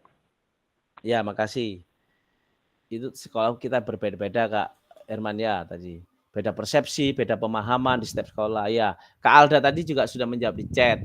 Karakteristiknya juga berbeda di tiap sekolah. Ya, makasih Kak Alda. Ada lagi tambahan dari teman-teman atau pertanyaan? Silakan. Kak Asdar, silakan Kak Asdar. Oh, Kak Kasmudin, silakan Kak Kasmudin. Ya, terima kasih, Sir. Sorry, Sir. Jaringan kurang bersahabat ini di rumah ini. Ya, siap Kak Kasmudin. Saya mencoba menjawab tentang pertanyaan mengapa kurikulum operasional berbeda antar satuan pendidikan. Mungkin kalau menurut saya, Sir, itu dikarenakan karena kondisi dan karakter tiap sekolah tidaklah sama, Sir, sehingga menyesuaikan dengan kebutuhan masing-masing sekolah. Seperti di sekolah saya kan tidak sama dengan sekolah-sekolah yang berada, mungkin bukan menyepelekan sekolah-sekolah yang ada di pinggiran, mungkin tidak sama anunya, apanya, karakternya dan kondisinya. Begitu mungkin menurut saya, Sir. Terima kasih. Ya, makasih Kak Kasmudin. Ya, dimaklumi Kak Kasmudin ini setiap kali Zoom tidak pernah terlambat, selalu hadir pertama. Cuma karena memang gangguan jaringan dan mati lampu. Makasih Kak Kasmudin sudah bergabung. Memang seperti yang Kak Kasmudin katakan, setiap sekolah berbeda dan Kak Kasmudin tadi memberikan contoh gambaran tentang sekolah dengan yang pinggiran. Nah, itu contohnya. Oke, Kak Rahmadi, silakan. Kak Rahmadi. Oke, terima kasih Seradi. Kalau Ya, saya tambahan saja, karena setiap sekolah itu tadi Herman bilang sudah lingkungan kondisi. Saya lihat sarana dan prasarana tiap sekolah itu juga mempengaruhi sampai berbeda-beda tiap sekolah. Ya, terima kasih Seradi. Iya, makasih. Sarananya berbeda, mempengaruhi sekolah. Betul, Kak. Kak Jayanti, silakan. Kak Jayanti. Ya, siapa Ketua? Terima kasih banyak. Mengapa dalam penyusunan berbeda? Mengapa di setiap sekolah itu berbeda dalam penyusunan operasional ya? Dikarenakan dan karakter tiap sekolah itu tidaklah sama sehingga harus menyesuaikan dengan kebutuhan sekolah masing-masing karena itu akan menjadi acuan dalam menjalankan proses pembelajaran yang ada. Oke, terima kasih Pak Ketua. Terima kasih Kak Jayanti. Kak Rona, silakan Kak Rona. Woi, sama Kak Ali langsung diberikan love ya Kak Jayanti. Silakan Kak Rona. Oke, baik Sir. Di satuan pendidikan itu ada memiliki beberapa berbeda antara satuan pendidikan. Kira gimana pertanyaan tadi? Kenapa kurikulum operasional berbeda antara satuan pendidikan? Ya, karena mungkin setiap sekolah itu ada memiliki karakteristik dan kebutuhan yang berbeda. Seperti misalnya di satuan pendidikan saya, di sekolah saya itu ada memiliki beberapa siswa yang mempunyai latar belakang atau kemampuan minat yang berbeda-beda. Mungkin seperti itu. Makasih. Kemampuan minat yang berbeda-beda tambahan dari Kak Rona. Ya, makasih Kak Rona. Kak Herman, silakan Kak Herman.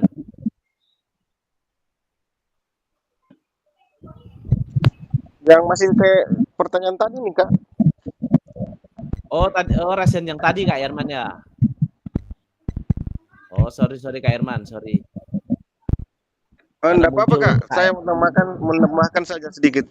Oke, Kalau silakan penyusunannya berdasarkan kearifan lokal, kita itu disesuaikan dengan kearifan lokal yang ada di sekitaran lingkungan sekolah itu, bisa diangkat dalam proses pembelajaran itu, disesuaikan dengan lingkungannya. Makasih Kak.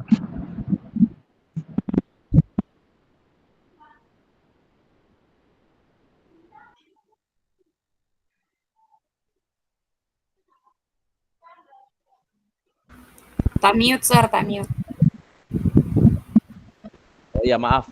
Ya, Kak Rika tadi sudah menulis di kolom chat. Kak Herman juga sudah menambahkan. Terima kasih. Kak Ramadhan yang mau ditambahkan lagi, Kak? Atau res yang tadi? Halo? Ya. Ya, ada tambahan sedikit.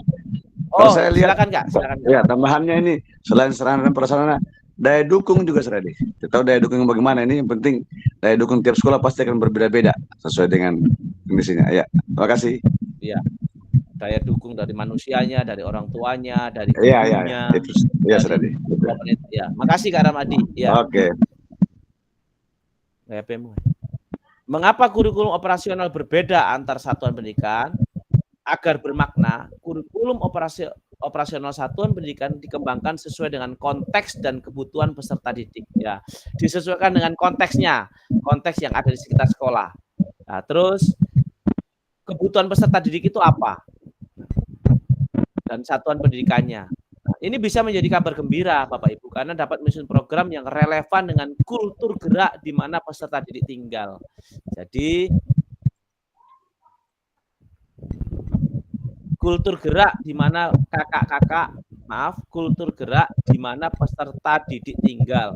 Jadi sekolah yang ada di pegunungan, sekolah yang ada di pesisir, ya biasanya beda, apalagi olahraganya. Nah, itu juga akan mempengaruhi satuan pendidikannya ya kakak-kakak ya. Oke. Kak Teja tadi kayaknya menulis di kolom chat. Bisa dibacakan Kak Teja? Iya, terima kasih Kak. Seperti yang kakak bilang tadi, semua itu karena kondisi sekolah, bagaimana kondisi sekolahnya, kemudian kebutuhan sekolahnya seperti bagaimana peserta didiknya itu, di mana tempat sekolahnya, fasilitasnya, seperti itu semua Kak. Kemudian bagaimana tenaga pendidiknya, itu kan semua harus dipikirkan Kak, untuk bagaimana menyusun kurikulum yang akan diajarkan di satuan pendidikan. Terima kasih Kak. Oke, makasih Kak Teja. Lanjut ya. Jadi sudah mengerti kenapa kadang-kadang kita setiap tahun buat KUSP, kurikulum operasional satuan pendidikan. Kayak di sekolah saya itu sering buat kurikulum satuan. Terus tahun ini yang diangkat tentang kearifan lokal dan semangat kewirausahaan. Nah, oke, makasih kakak-kakak. Lanjut. Mari berbagi cerita pada saat Bapak Ibu menyusun kurikulum PJOK. Ya, mari kita berbagi cerita tentang bagaimana kakak-kakak ketika menyusun kurikulum PJOK. Silakan, siapa yang mau bercerita terlebih dahulu?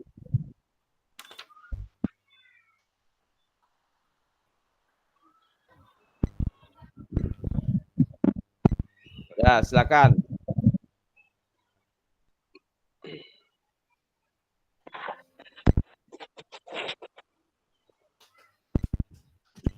Silakan Kak, siapa yang mau angkat tangan?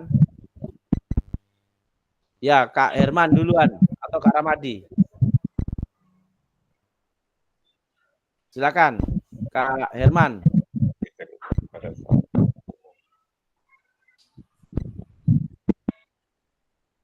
Makasih kali jawabannya. Kak Ramadi dulu, kalau Kak Herman masih jaringan mungkin Kak Herman. Ya, oke. Terima kasih, Seradi. Kalau saya berbagi ceritanya, selama ini dalam menyusun kurikulum PJOK, belum ini. Yang selama ini masih, kalau perangkatnya itu masih memang di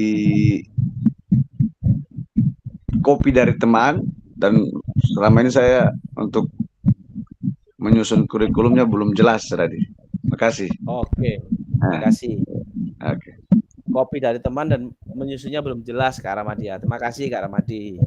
Oke, yang mau bercerita, berbagi cerita Bapak Ibu menyusun kurikulum PJOK. Silakan. Kak Renard. Kak Renard, silakan Kak Renard. Ya, Sir. Menyusun kurikulum PJOK, Sir. Iya, betul Kak. Mari kita bercerita pada kurikulum PJOK. Kalau saya waktu menyusun kurikulum PJOK ini, Sir, yang saya masih bingung itu di ATP-nya, CP.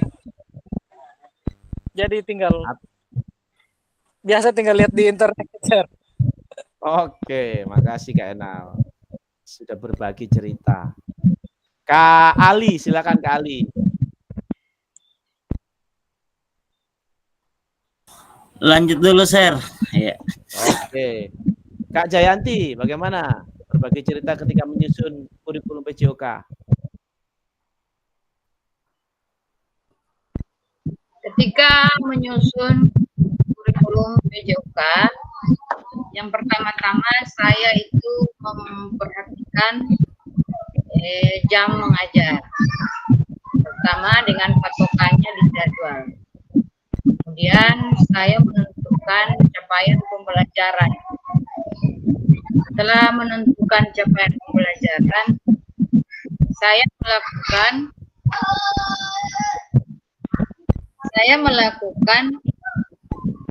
merancang strategi apa yang akan saya lakukan pada saat melaksanakan pembelajaran PJOK. Dan untuk karena di situ kita harus, kalau saya biasanya lalu dalam rapat itu dalam per semester yang disusun. Seperti itu. Bagaimana menjelaskannya? Untuk contohnya ada, nanti insya Allah saya nanti ketemu Pak Ali, langsung ke rumahnya Pak Ketua. Itu saja Pak Ketua, terima kasih. Terima kasih Kak Jayanti. Iya, Kak Jayanti kalau memberikan usul, Kak Ali langsung berikan love terus ya. Berikan tanda love, tanda jempol. Ya. Mantap sekali. Oke, Kak Herman, silakan Kak Herman.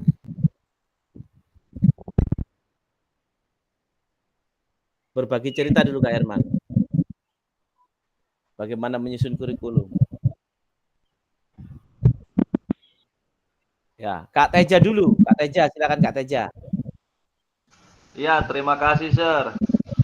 Ya. Kalau saya, Sir, biasanya itu terima beres dari kurikulum, Sir. Kemudian biasa Ibu Alda juga yang buat itu, karena sekolah saya itu juga termasuk sekolah PK, Sir. Nah, jadi yang nyusun kurikulum itu sudah dari kurikulum, kemudian biasa Ibu Alda yang dipanggil, Sir. Jadi saya bisa dibilang terima beres, Sir. Pakai metode terima beres Kak ya, karena ada Ibu Alda. Kenal ya Ibu Alda kali ya, Kak Teja ya. Agak, Sir. Oke, mantap kalau suami istri jadi guru PJOK saling menolong. Ya, Kak Rika, silakan Kak Rika. Bagaimana menyusun pengalaman, berbagi cerita menyusun kurikulum PJOK? Menyusun kurikulum PJOK, Sir, yang agak membingungkan dan susah sebenarnya untuk saya di ATP-nya buat alur tujuan pembelajaran. Kalau untuk capaian pembelajarannya sudah ditahu capaian apa yang mau kita capai, tinggal menyusun alurnya lagi dari mana ke mana begitu. Iya, betul Kak Rika. Itu saja, juga Sir. Butuh konsentrasi juga untuk menyusun ATP itu. Terima kasih Kak Rika. Kak Muammar, silakan Kak Muammar. Lanjut dulu si Redi. Ya, oke.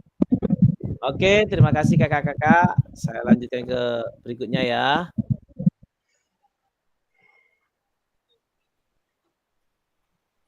Bapak Ibu, bagaimana Bapak dan Ibu selama ini merancang program PJOK sebagai bagian dari pengembangan kurikulum mata pelajaran PJOK? Ini hampir pertanyaannya hampir sama kayak tadi. Ya, bagaimana Bapak Ibu selama ini merancang program PJOK sebagai bagian dari pengembangan kurikulum? Silakan, Kak Asdar. Bagaimana Pak? Baik, terima kasih Pak Adi. Terkait dengan pertanyaan yang ada, bagaimana Bapak Ibu selama ini merancang program PJOK sebagai bagian dari pengembangan kurikulum mata pelajaran PJOK itu sendiri? Yang pertama kita harus merujuk dari yang pertama tadi kita bahas yang dalam cakupannya yang termuat di dalam KOSP, di mana dalam proses penyusunannya memang kita di satu sekolah harus berdiskusi menentukan mana yang kita anggap tepat dan paling bagus dan kemungkinan bisa dilaksanakan oleh sekolah.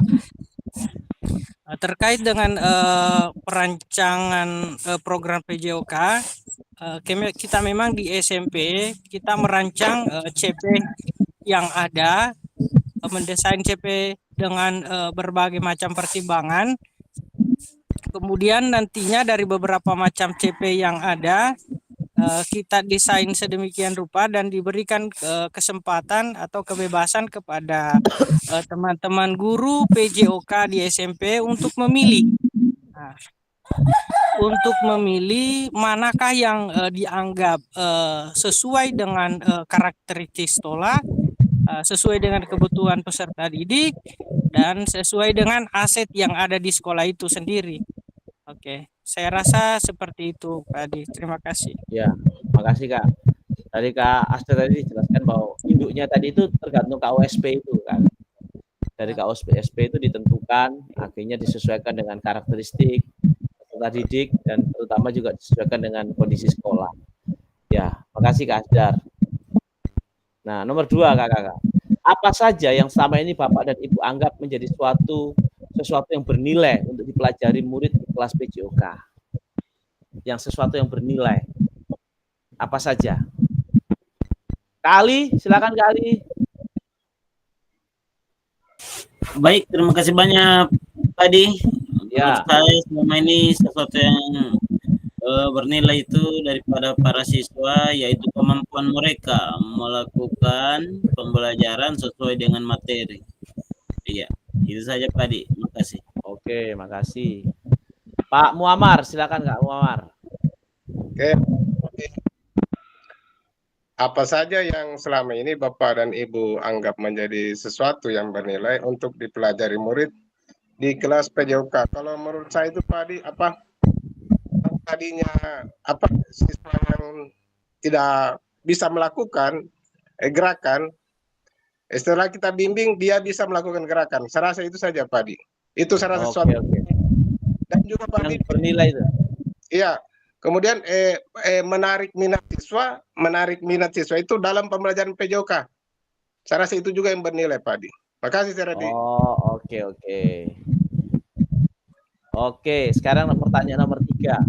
Bagaimana Kakak, Bapak dan Ibu akan mengintegrasikan itu semua ke dalam proses pengembangan kurikulum mata pelajaran PJOK yang sekarang berlaku?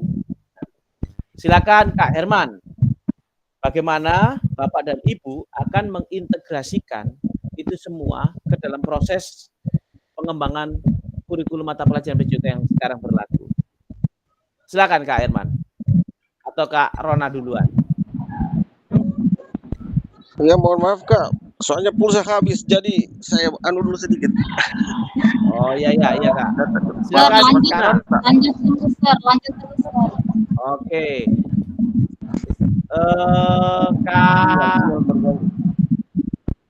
Kak Teja, silakan Kak Teja.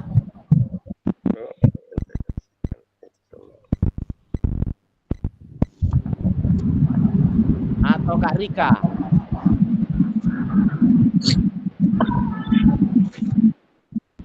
Kak, siapa yang angkat tangan ini? Besar. Ya, silakan Kak Rika. Bagaimana Bapak dan Ibu akan mengintegrasikan itu semua ke dalam proses pengembangan kurikulum mata pelajaran PJOK yang sekarang berlaku? Mungkin dapat dilakukan dengan menganalisis konten, Sar. Menganalisis konten dan tujuan pembelajaran. Oke. Makasih Kak. Mohon maaf Sir, ini mengintegrasi ini apa maksudnya? Bagaimana kakak bisa mengintegrasikan yang tadi itu, yang kita bahas tadi dalam pengembangan kurikulum PJOK ke dalam proses itu? Boleh dijelaskan semua, boleh salah satu.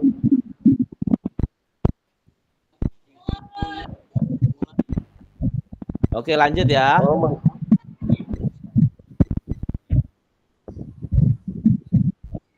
Kolaborasi juga, Seradi. Iya, betul. Nah, saya rasa Kolaborasi. rekan sejawat dengan apa, kalau SMP kita kan MGMP. Iya. Kalau saya rasa kolaborasi itu saya rasa bisa itu. Akhirnya bisa mengintegrasikan dengan cara berkolaborasi, akhirnya semakin banyak ide, Kak Muammar ya. Ya, Pak Di, iya. Iya, Kak. Nah, ini ada 6 faktor yang mempengaruhi pengembangan program PJOK. Yang pertama, faktor yang tadi kakak-kakak sudah sebutkan, kebutuhan akan karakteristik peserta didik. Yang kedua, konteks masyarakat. Nah, konteks masyarakat yang ada di sekitar sekolah itu. Itu juga akan mempengaruhi pengembangan program PJOK. Yang ketiga, waktu. Kita waktunya sore atau pagi, apalagi di sekolah-sekolah yang mungkin cuacanya sering hujan, itu juga berpengaruh. Terus alokasi jam pelajaran, itu juga berpengaruh, kakak-kakak. Ada yang 4 jam masih tidak terlalu panas kadang-kadang, tapi kalau dilanjutkan juga panas, berpengaruh juga alokasi jam pelajaran. Yang kelima, cakupan dan tahapan. Cakupan yang ada di CP itu, TP, tahap-tahapannya yang akan kita capai, apakah kita bisa mengikutinya, melaksanakannya, itu juga mempengaruhi pengembangan program PJOK. Yang keenam, teknologi. Apakah di sekolah itu sudah ada internet atau tidak, ataukah anak-anak biasa pegang HP atau laptop, ya itu berpengaruh teknologi. Kita mengajar anak-anak melalui classroom, melalui Google Form, tapi kalau mereka tidak tahu ya susah juga. Daya dukung nggak mendukung juga susah juga. Itu juga mempengaruhi pengembangan program PJOK. Oke, lanjut kakak. Nah, aktivitas 3, yaitu karakteristik utama kurikulum merdeka dan artikulasi KHD dalam pendidikan nasional. KHD itu Ki Hajar Dewantara ya kakak-kakak ya. Menurut kakak-kakak, Bapak Ibu, kata kunci apa yang berulang kali kita bahas dalam mengembangkan kurikulum PJOK? Ayo, kata kunci apa yang berapa kali kita ulang tadi? Tujuan. Ya? Tujuan. Tujuan. Oke, terima kasih. Apalagi Capaian. Capaian pembelajaran. Capaian. Dalam mengembangkan karakteristik peserta didik. Oke, ya Kak Herman. Ya Kak.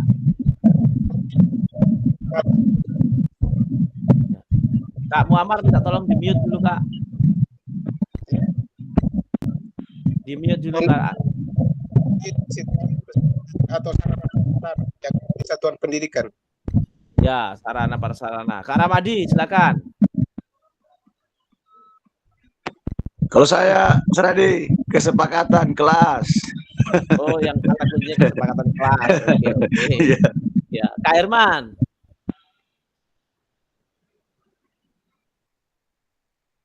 Oke, mungkin Kak Herman angkat tangan resen yang tadi. Lanjut ya kakak-kakak. Perencanaan. Ya Kak, Perencanaan. Oh. Siap. Apa yang telah kita bahas merupakan karakteristik kurikulum merdeka, yakni yang pertama kakak-kakak yaitu fokus pada materi esensial. Materi esensial itu materi inti, yaitu muatan yang paling diperlukan untuk mengembangkan kompetensi dan karakteristik peserta didik. Karakter peserta itu yang kita bahas ini di kurikulum merdeka. Yang kedua, pengembangan kompetensi dan karakter, yaitu mengembangkan kompetensi sosial, emosionalnya peserta didik, moral peserta didik. Nah, itu kurikulum merdeka itu menekankan itu. Yang ketiga, fleksibilitas pembelajaran. Nah, kurikulum dapat disesuaikan dengan kebutuhan pengembangan kompetensi peserta didik, karakteristik satuan peserta didik, konteks lingkungan sosial budaya setempat. Inilah kenapa disebut kurikulum merdeka itu. Ya, salah satunya fleksibel, elastis, tidak kaku kurikulumnya. Kenapa? Yaitu disesuaikan dengan kebutuhan pengembangan kompetensinya setiap peserta didik. Disesuaikan dengan karakteristik satuan pendidikan. Disesuaikan dengan konteks lingkungan sosial. Nah, silakan Kak Rona. Sir, izin dulu saya, Sir ya. Ada dipanggil Ya, dokter, boleh? Makasih Kak Ya. Rona. Terima kasih sudah maksimal Ya. Kak. Makasih banyak.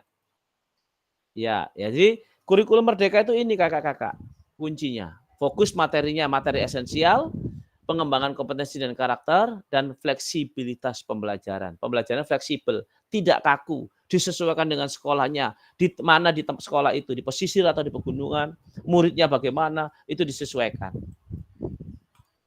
Nah, mari kita diskusikan pemikiran Ki Hajar Dewantara secara lebih jernih, jauh, mengaitkannya dengan karakteristik kurikulum peserta didik. Siapa yang mau memberikan sanggahan, saran tentang pemikiran Ki Hajar Dewantara? Oke, silakan. Nah, Ki Hajar Dewantara menggarisbawahi bahwa maksud pendidikan adalah menuntun segala kodrat yang ada pada anak-anak agar mereka dapat mencapai keselamatan dan kebahagiaan yang setinggi-tingginya, baik sebagai manusia maupun sebagai anggota masyarakat. Oleh sebab itu, pendidik itu hanya dapat menuntun tumbuh dan hidupnya kekuatan kodrat yang ada pada anak-anak, agar dapat memperbaiki lakunya, bukan dasarnya ya, hidup dan tumbuhnya kekuatan kodrat anak. Nah, oke, silakan yang ingin berdiskusi mengenai Ki Hajar Dewantara dan hal menuntun. Silakan kakak-kakak.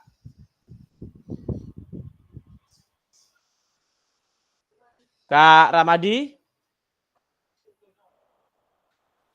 Ya, makasih Sredi. Ya. Kalau menurut saya yang saya garis bawahi dari Ki Hajar Dewantara yang 3 itu Sredi. Ing Madia Mangun Karso, apa namanya? Ingarso Sungtulodo Tuturi Handayani. Itu. Mantap, hafal Nah, ya. yang itu yang saya ingat kalau Ki Hajar Dewantara. Makasih. Oke, makasih Kak Ramadi. Saya kira salah dengar saya dengar tadi natodo apa itu tulodo itu natodo tadi saya dengar itu salah dengar sudah saya. Minta maaf ini Pak Ramadi. Ingarso Sungtulodo. Kami cuma todo kami ingat. Memang bahasa Kaili dengan bahasa Jawa mirip. Iya. Walaupun beda arti. Apa tadi? Oke, makasih Kak Ramadi. Kalau dari Kak Asdar apa Kak Asdar? Ya, kalau dari saya Pak Di, tambahan saja dari Pak Ramadi, mungkin pengembangannya saja dari 3 aspek tadi itu yang ada nasodo-nasodonya saya tidak dengar jelas tadi, tapi yang saya ambil poinnya dari apa yang disampaikan Ki Hajar Dewantara ini adalah memberikan kesempatan kepada anak untuk mengembangkan potensinya sesuai dengan kemampuan anak itu sendiri. Terima kasih. Saya cuma poin di situ, Pak. Wah. Ya, poinnya luar biasa Kak Asdar. Kak Jayanti, silakan Kak Jayanti. Ya, terima kasih Pak Ketua. Ya, saya menambahkan saja dari Pak siapa tadi? Pak senior saya Pak Kasmudin. Yaitu selain sama yang 3 tadi, itu Ki Hajar Dewantara itu menekankan pada bagaimana siswa itu memperkuat karakter siswa, apalagi dalam perkembangan zaman yang sekarang. Terima kasih Pak Ketua. Terima kasih Kak Jayanti. Ya, karakter tekankan. Kak Herman, silakan Kak Herman. Ya, makasih Kak Adi. Kalau saya lihat ini, kalau untuk pendapatnya Ki Hajar Dewantara itu lebih menitik beratkan kepada kebahagiaan seorang anak untuk mendapatkan suatu keceriaan ketika mereka dapat melakukan gerakan-gerakan olahraga seperti kita di guru olahraga. Kemudian mendapatkan karakter untuk menjadi manusia yang tangguh, kuat ketika mereka akan bermasyarakat di luar sana. Mereka akan tidak kaku untuk melakukan aktivitas mereka. Terima kasih Kak. Oke, terima kasih. Tidak kaku untuk meningkatkan aktivitas mereka ya. Makasih Kak Herman. Ya maaf Pak Ketua. Silakan Kak Teja. Ya, terima kasih Kak. Untuk menurut apa namanya Ki Hajar Dewantoro ini ing ngarso sung tulodo ing madyo mangun karso tuturi handayani. Kalau ini kita simak baik-baik Kak, maksudnya di sini bagaimana pendidikan itu mempunyai agar siswa maksudnya mempunyai kepercayaan diri, kejujuran, kemudian keberanian. Itu semua Kak. Terima kasih. Oke, terima kasih Kak Teja. Jadi Ki Hajar Dewantara ini kakak-kakak itu menjadi pemikiran Ki Hajar Dewantara menjadi tujuan pendidikan nasional. Tujuan pendidikan nasional yaitu menuntun segala kekuatan kodrat yang ada pada anak-anak agar mereka mencapai keselamatan dan kebahagiaan yang setinggi-tingginya. Baik kepada apa? Baik dia sebagai manusia, pribadi, sebagai manusia, dan sebagai ketika mereka bermasyarakat. Nah, jadi pendidik itu hanya menuntun. Jadi bukan menentukan kodrat ya. Kodratnya anak-anak itu sudah dari atas, dari yang kuasa, dari sang pemilik kehidupan ini. Jadi guru ini hanya menuntun ke arah kodratnya anak ini. Jadi bukan dasarnya. Dasarnya ini ya sudah dari sananya, dari lahirnya anak itu. Tapi dalam menuntun tumbuh kekuatan kodrat anak ini, guru sebagai fasilitas yang menuntun, ngemong. Nah, ada 3, yaitu engarso sung tulodo. Di depan kita memberi contoh, ing madyo mangun karso, di tengah memberikan semangat, tuturi handayani, di belakang kita memberi dorongan. Oke, kakak-kakak, pada akhir sesi hari ini, saya ingatkan lagi hari ini yaitu peserta dapat memahami 3 karakteristik utama kurikulum Merdeka, serta keterkaitannya dengan prinsip pemikiran Ki Hajar Dewantara. Yang kedua, peserta mampu memahami pengembangan kurikulum PJOK. Yang ketiga, peserta mampu memahami penyusunan program PJOK yang berkualitas dengan backward design. Nah, dari akhir sesi ini, sebelum saya tutup, apakah ada yang mau bertanya atau yang memberikan sanggahan? Silakan kakak-kakak.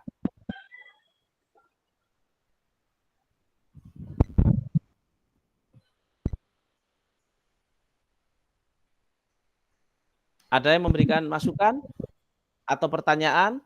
Ada yang kurang paham? Silakan sebelum saya menutupnya.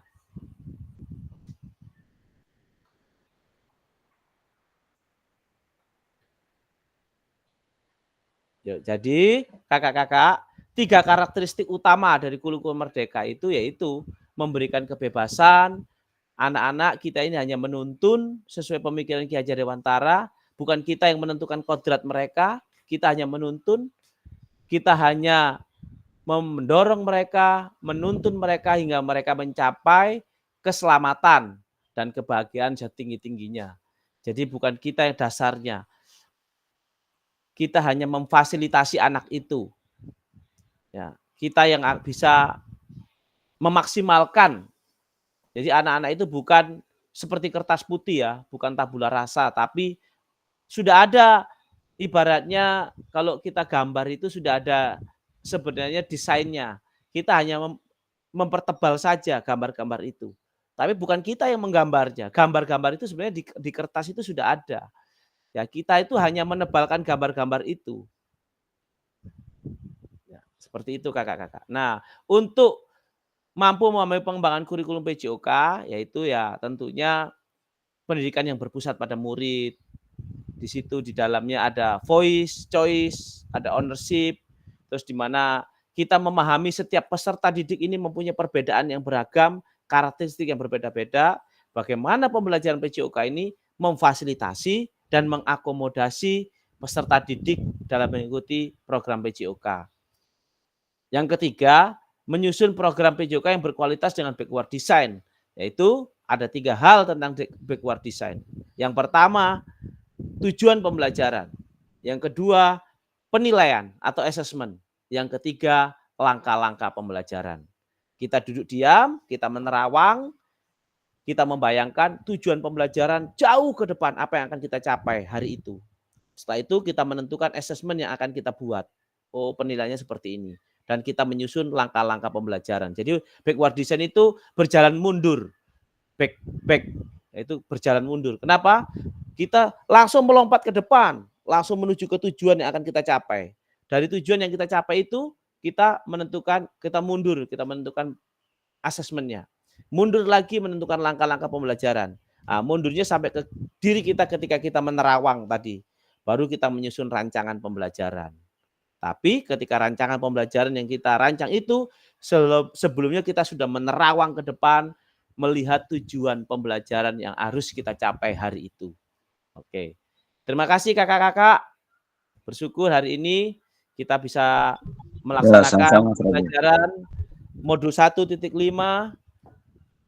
Saya harap ilmu yang kita dapat hari ini menjadi bekal kita untuk meningkatkan kompetensi kita sebagai guru PJOK, menjadi bekal kita dalam pembelajaran PJOK ya untuk menuntun peserta didik mencapai keselamatan yang setinggi-tingginya sesuai dengan filosofi Ki Hajar Dewantara. Sekian, terima kasih. Assalamualaikum warahmatullahi wabarakatuh dan selamat sore. Waalaikumsalam. Waalaikumsalam warahmatullahi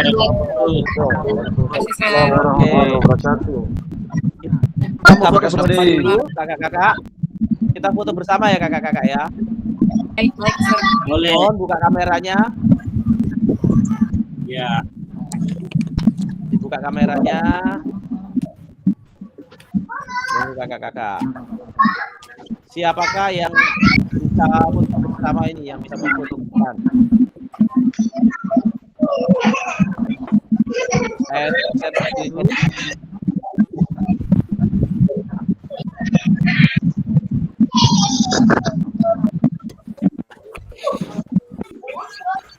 Berikan rekamannya dahulu.